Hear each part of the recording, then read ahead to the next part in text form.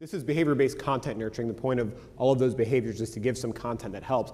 And here's an example. So that first one is a product download. They send a thank you. Then there's first use, second use, third use. And here's an example email. I love it. Right towards the top of the email, you say, if you ever get sick of hearing from us, you can opt out.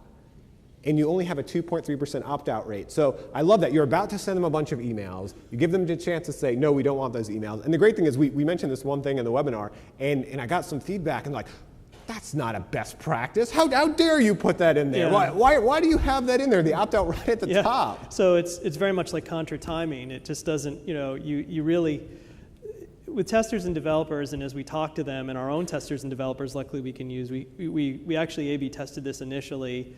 And the opt-out rate, it's higher, but why would we spend our resources sending, 5, tips to people who are using our free software? We already have their information. That's the most important thing for us. The software will either work for them or it won't. We're looking at how they're using the software anyway, so we're getting that information. So it's not that great a loss if we opt them out. And the goodwill we get from it is better than just continuing to send and put in tiny little font down at the bottom, opt out here. So we decided to roll the dice, and like contra timing, and we just did a contra timing test this weekend. We do tons of testing. We tried this. The opt out rate, we said if it goes ridiculously high, we'll just go back to what it was. And it didn't, so we kept it like this. Our opt-out rate is typically under 1%, somewhere between 0 and 1. So this is extremely high for us.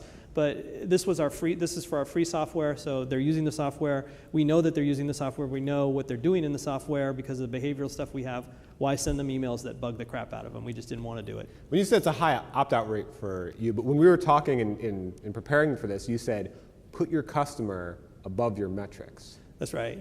Yeah, and that's exactly what we decided to do. We A/B tested it at first, and even though it had a higher rate, we just felt the goodwill. And we did some other programs where we asked for some. It was actually before I was there. The sales team had tried a couple programs where they asked developers to virally, spread how great our products were by word of mouth. And they came back and they said, how dare you ask me to do that? I'll do that on my own. If it's a good product, I'm going to do that anyway. So, and some people actually they called it putty for a buddy.